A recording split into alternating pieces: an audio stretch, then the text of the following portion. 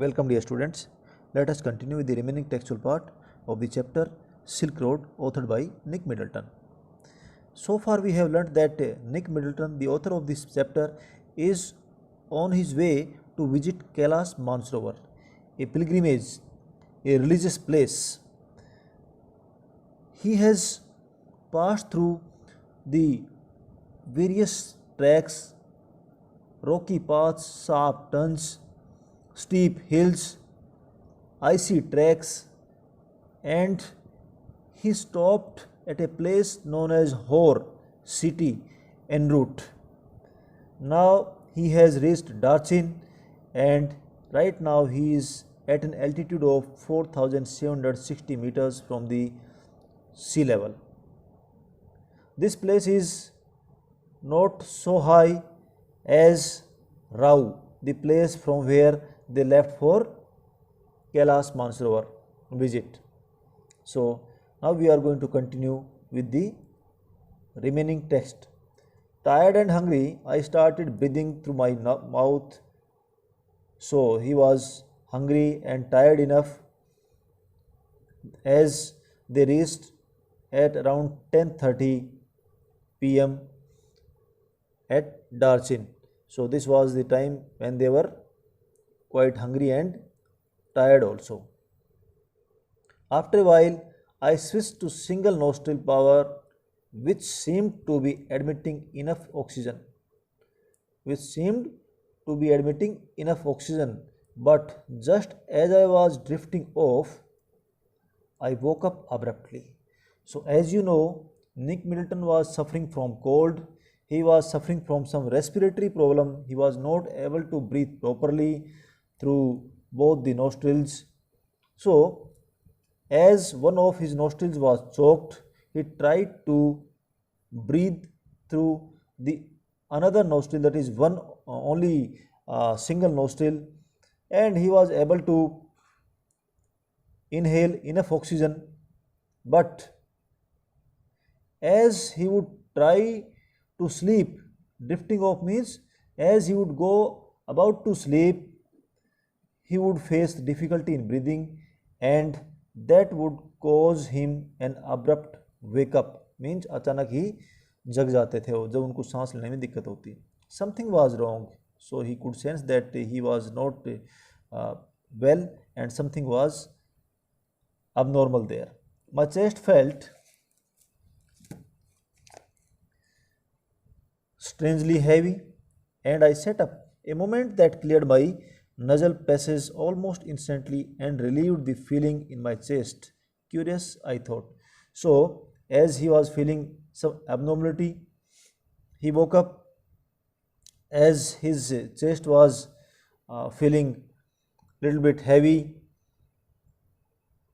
and in order to clear his nostril, he would get up, and instantly, means suddenly, he would feel relieved from that respiratory problem. I lay back down and tried again.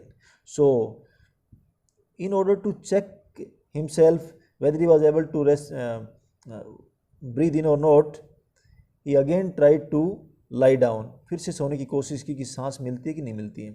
Same result, means this time also he was suffering from the respiratory problem. I was on the point of disappearing into the land of Nod when something told me not to. So he was quite tired. He was about to sleep, but all of a sudden, his voice came from his conscience that don't sleep, otherwise it would be a dangerous situation for him. It must have been those emergency electrical impulses again, but this was not the same as on previous occasions. So in earlier occasions also, whenever he visited such high altitudes, he used to suffer from this kind of problems, but this time it was somewhat different from its earlier ones. This time I wasn't gasping for breath. I was simply not allowed to go to sleep. So this time he was able to breathe. Okay, gasping means rapid respiration, rapid breathing, okay, at a fast rate. When we breathe in and breathe out at a fast rate, that is known as gasping. So this time there was no such problem that I would gasp for breath, but I was not allowed to sleep because as I would go for sleeping, the problem would become uh, more serious. Sitting up once more immediately made me feel better. So when I sat up, I was feeling relaxed. I could breathe freely and my chest felt fine. So everything was fine now when I got up. But as soon as I lay down, my sinuses filled and my chest was odd. So as he as he tried to sleep, his air tracts, okay, sinuses means air tracts uh, through which we breathe in and breathe out, okay, inhaling and exhaling process takes place through the air tracts only, air passages in our body. They were filled, they were choked almost, and the chest was felt with some abnormality. I tried propping myself upright against the wall. So I tried to support myself to keep my upper body erect with the support of the wall. But now I couldn't manage to relax enough to drop off. But this time I was alert enough so as to avoid to sleep. Okay, this time I was not allowed to sleep, so I could not get relaxed, or I could not relax to such an extent that I would sleep. My sole intention was not to sleep.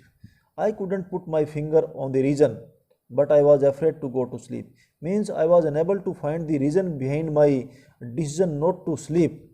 What was the problem? That as soon as I was going to sleep, I would face a problem of respiration. But yes, I was afraid from this. A little voice inside me was saying that if I did, I might never wake up again. So my conscience was replying my reason, my question, that if I slept, probably I would never wake up, means I would die. So I stayed awake all night. And to keep myself alive, not to sleep, I had to keep myself awake throughout the night. Jetan took me to Dachin Medical College the following morning. So the night somehow passed, and the next morning we saw a doctor. Jetan took me to a doctor at Darchin. The medical college at Darchin was new and looked like a monastery from the outside, with a very solid door that led into a large courtyard. So from the outside, this medical college was looking like a monastery where the Buddhist monks and disciples are given the religious training and sermons are given to them. So it was just looking like a monastery. But when we enter the solid door of this medical college, we were led to a courtyard. We found the consulting room, which was dark and cold and occupied by a Tibetan doctor who wore none of the paraphernalia that I had been expecting. So I was expecting that I was going to see a doctor who would be ready to treat me, who would have all his equipments, medical equipments like stethoscope and a thermometer and other so many items which are required to diagnose the disease and treat a patient. But there was nothing. So the room was also very dark, small, and there was the doctor sitting without any medical equipment. No white coat, so he was not wearing even a white coat. He looked like any other Tibetan with a thick pullover and a woolly head. So there was no difference between the doctor's appearance and the normal Tibetan people who used to wear the thick pullover and the woolly hats. When I explained my sleepless symptoms and my sudden aversion to lying down, he shot me a few questions while feeling the veins in my wrist. So as I told the doctor that I could not sleep for the whole night, and I was disliking the sleep because as I would go to sleep, as I would lay down, I would face a lot of difficulties in respiratory system.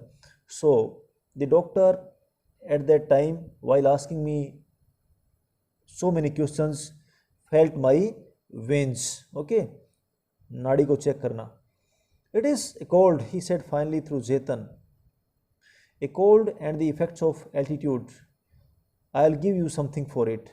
So the doctor told the author through Zetan, because the author was Nick Middleton was a Britisher. Okay, he was not able to understand the Tibetan language, but Zetan was the localite and he was able to understand what the doctor was saying. So through Zetan, the doctor told that Nick Middleton was caught by cold. He was suffering from cold, and that cold, the effect of his sickness was because of cold and of the high altitude. So he was giving him some medicine to treat him. I asked him if he thought I would recover enough to be able to do the Kora. Oh yes, he said, you will be fine. So Nick Middleton asked him that if he would be fine enough, he would be recovering at fast rate in order to complete his Kora, that is this religious journey. Then the doctor assured him that certainly he would be fine and he would be able to complete this journey. I walked out of medical college clutching a brown envelope stuck with 15 screws of paper. So the doctor gave me 15 small packets of made of paper. Okay, the medicine was wrapped in the small packets, small sachets were prepared, and they were total 15. They were given to me as a medicine. I had a 5-day course of Tibetan medicine which I started right away. So according to the doctor, these 15 sachets or packets I had to finish in 5 days, means thrice a day I was supposed to take this medicine, 3 packets a day. I opened an after breakfast package and found it contained a brown powder that I had to take with hot water. So in the afternoon breakfast, okay, post breakfast, he was supposed to take the packet, that is medicine, and one packet when he opened, it was filled with some brown powder, and that he took with the hot water. It tasted just like cinnamon. Okay, cinnamon is a spices known as dalchini in our language. So its taste was just like cinnamon. The contents of the lunchtime and bedtime packages were less obviously identifiable. So the packets of the medicine which he was supposed to take during the lunchtime and after bed, that is after dinner, that was not easy to identify what was the content. Okay, but and what was the taste. Both contained small spherical brown pellets, and the contents of this lunchtime and bedtime medicine were spherical small pellets, small balls like grain were kept in that. They looked suspiciously like sheep dung. So this is somewhat humorous. The content of this medicine was looking like the dung, okay, the waste of the sheep. But of course, I took them anyhow, whatever it would be, however it would look.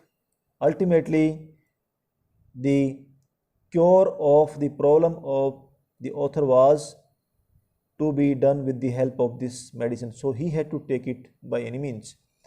That night, after my first full day's course, I slept very soundly. So he took 3 packets of that medicine in the whole day, and after having this medicine thrice, he felt little bit relaxed and he slept very soundly, very peacefully, like a log, not a dead man.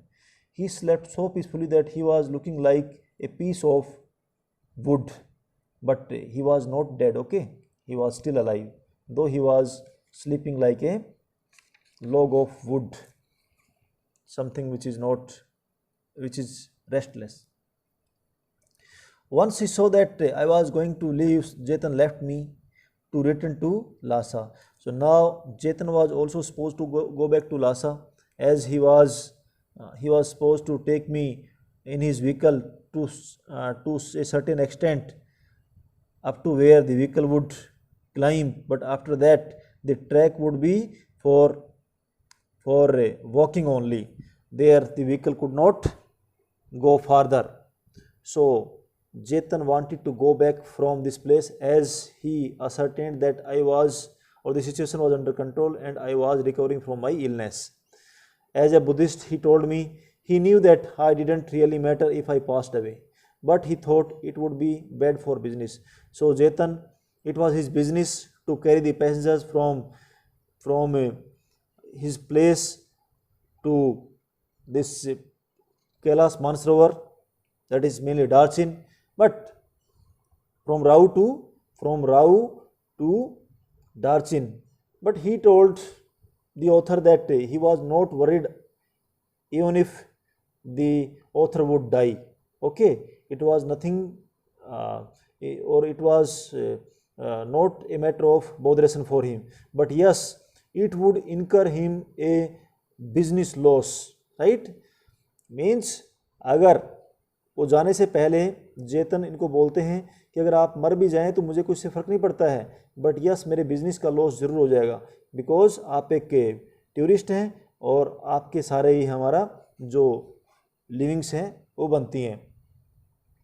If you are alive, next time also you will come and I will be able to take you from Rao to this place and back again. This is my source of income. Darchi didn't look so horrible, and this was told in humor, okay? Chetan was not serious. He just told this in humorous way to the author. Darchin didn't look so horrible after a good night's sleep. So, अभी author अच्छे से सो लिए थे सारी रात भर, उसके बाद में डार्चिन उनको अच्छा लगने लगा था. It was still dusty, partially derelict, and punctuated by heaps of rubble and refuse. So, the condition of Darchin was not so good even. It was full of dust.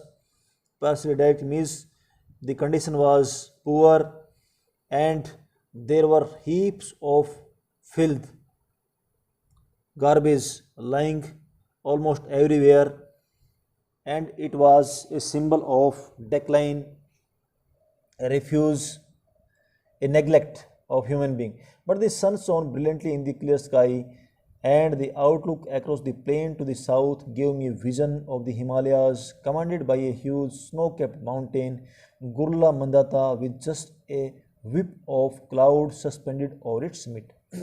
But author says that the sky was very clear, the weather was brilliant, and I could see from there a mountain peak known as Gurla Mandata, which was covered with a piece of cloud over its peak. Okay, its peak was surrounded by a piece of cloud. The town had a couple of rudimentary general stores selling Chinese cigarettes, soap, and other basic provisions, as well as the usual strings of prayer flags. So, in Darchin, he could see that there were some general stores also. Rudimentary means basic general stores where we can find some basic items required in our day-to-day life, like soap, cigarette, and some basic items. Also, they were having the prayer flags, strings of prayer flags. Strings of prayer flags means the flags which are attached with a rope and which are used to tie around the religious places. In front of one man gathered in the afternoon for a game of pool, and there was one general store or one shop in front of people used to gather in the afternoon so as to play the game of billiards. The battered table looking supremely incongruous in the open air. There was a battered means a damaged table which was lying in the open, and it was not so well. It was in unkempt condition and it was not looking good in the open air atmosphere.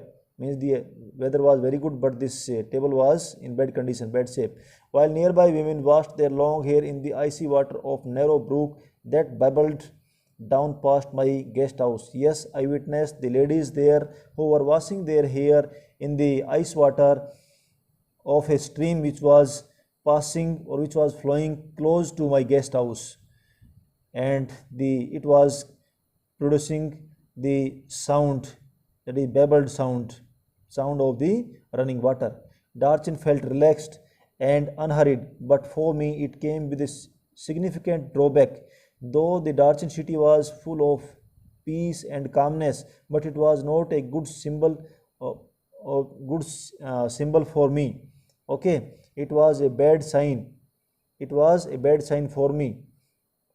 There were no pilgrims because I could not see any pilgrim there, and it was obviously a matter of concern for me that how would I be able to reach Kailash Mansarovar without company of somebody, because I was going there first time.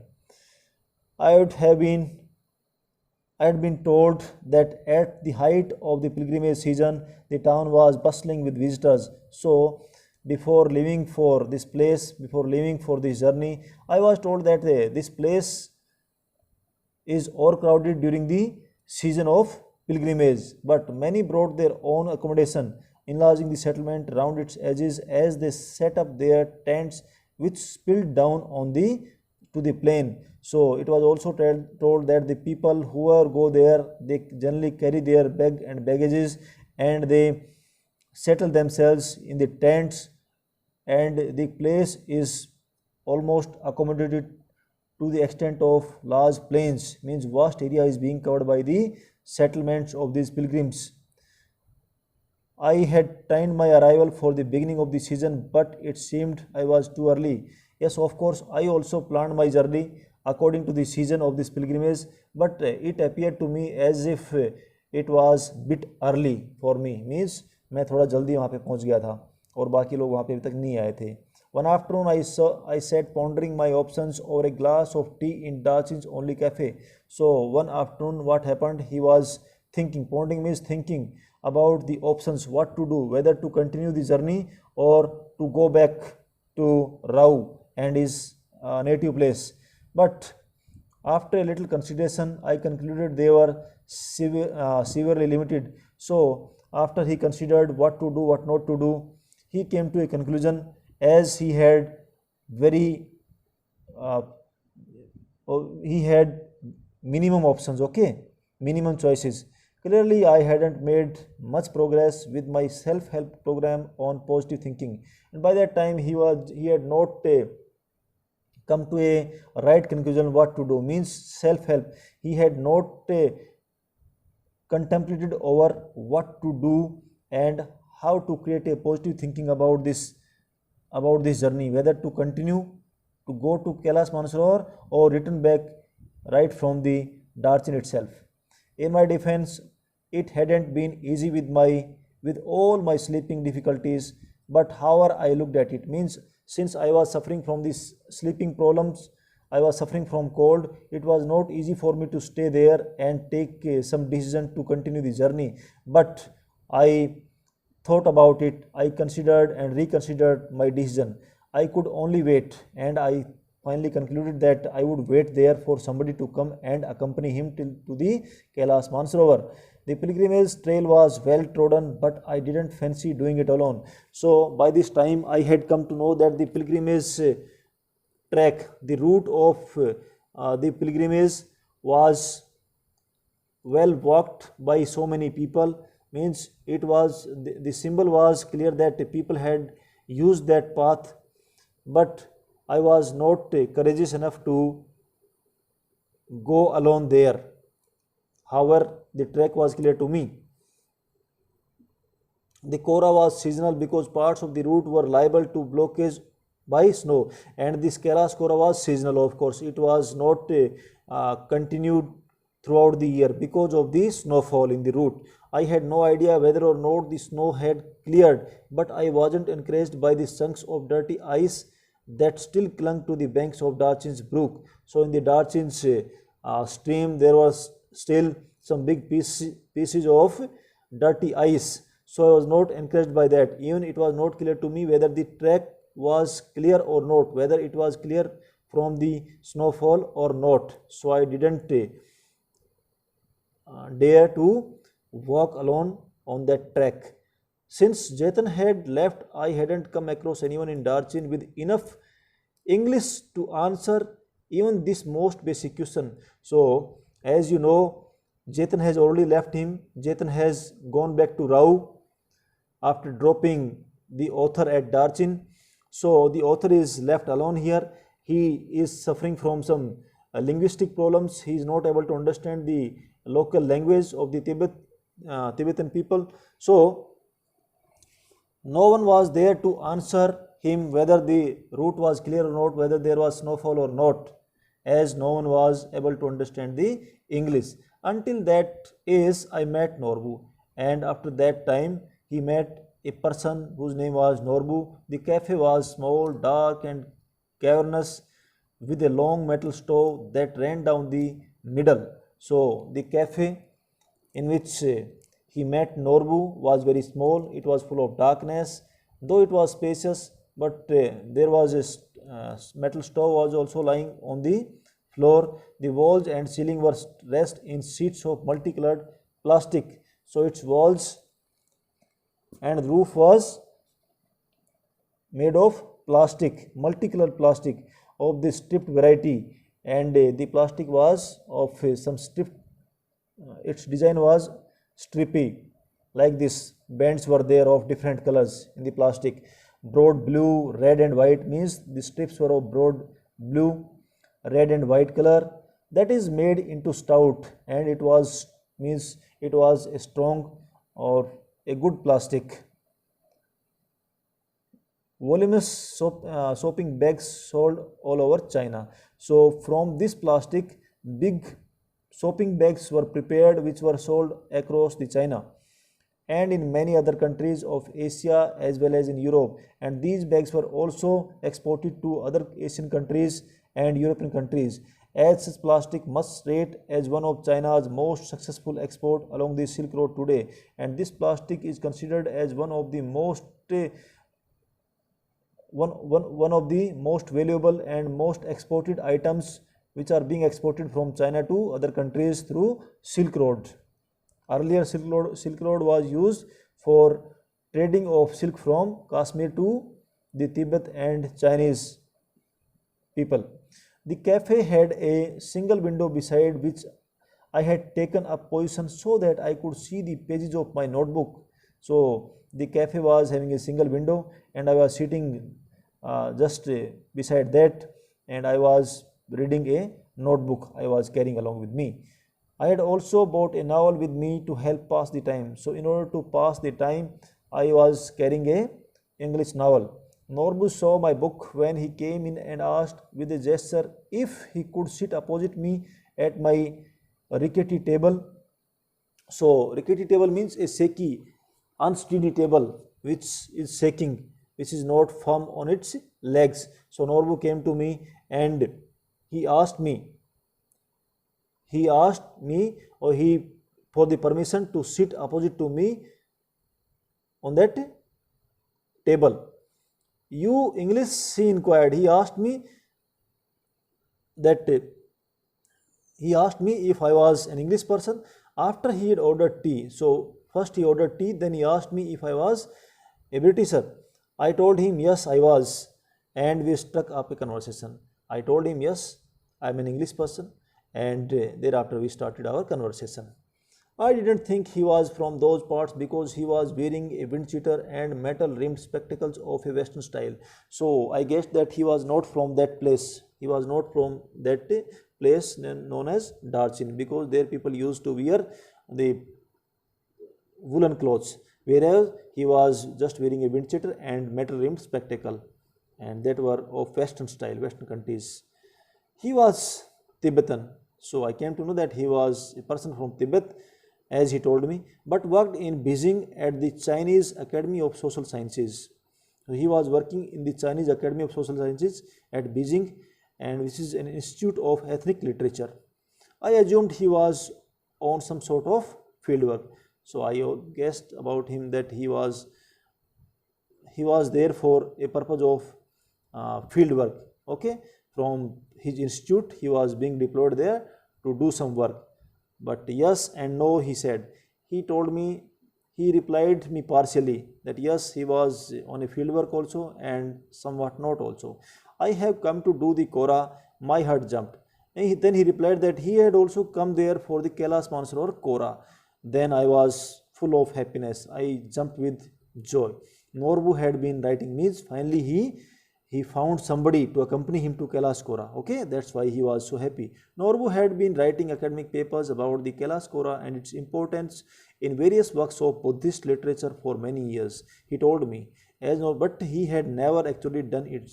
Though Norbu had never gone to Kailash Mansarovar for this Kora earlier, but he was going there first time for some academic reasons, means he wanted to write something about the significance, about the importance of Kailash Mansarovar pilgrimage. So he came there, and he was writing for many years. He had been writing for many years about Kailash Kora, as it was an important pilgrimage in various works of Buddhist literature. Means Buddhist people also give a great importance to Kailash Mansarovar. When the time came for me to tell him what brought me to Darchin, his eyes lit up. So I also explained to him that I have also come there to do the Kailash Kora. So he was also happy to listen to this. We could be a team, he said excitedly, and he was quite happy, and he told me that yes, in this way we are going to be a good team, we will go together there. Two academics who have escaped from the library, perhaps my positive thinking strategy was working after all. And this is my positive thinking strategy. Had I not waited there for somebody, I would have disrupted my journey and I would have returned empty handed.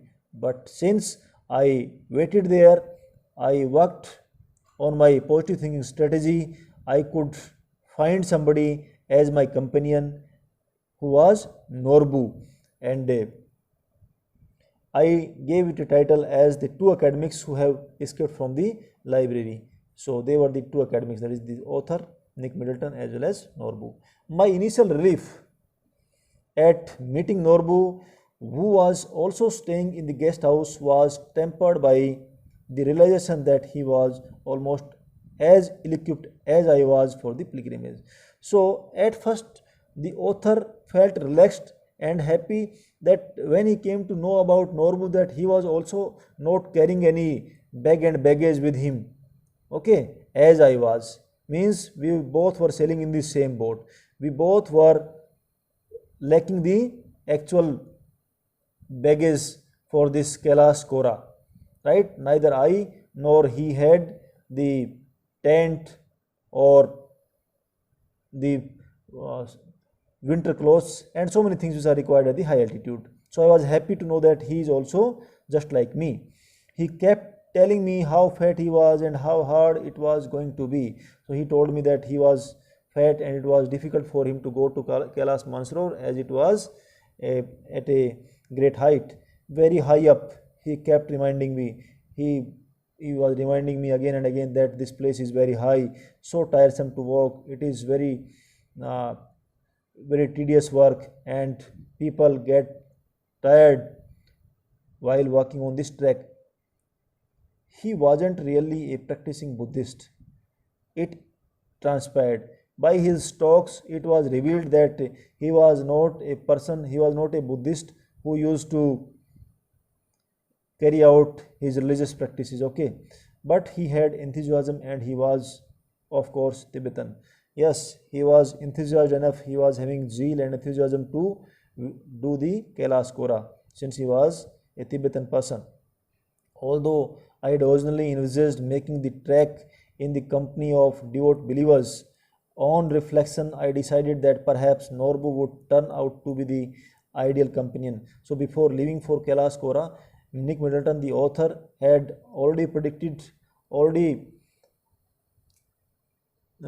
thought about a company of a good person who would be a devout believer of Kailash Kora, and he would enjoy the company of that person, and his wish was going to be fulfilled in terms of the company of Norbu, who would also prove to be an ideal companion and a devout believer of Kailash Kora.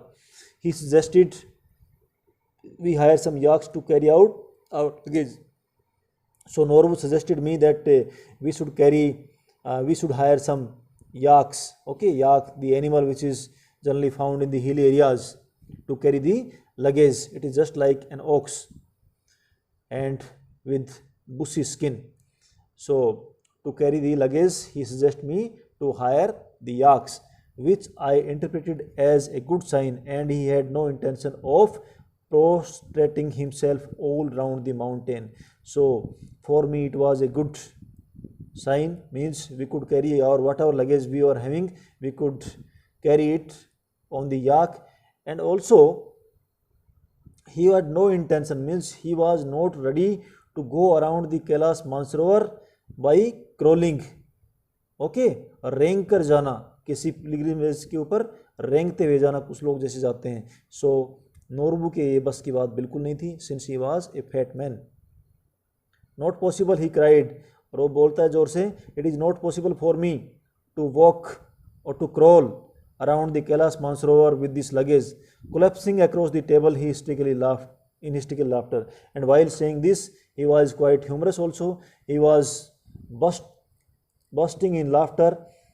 Okay, and he told me that it was not possible for me to crawl around the Kailash Mansarovar.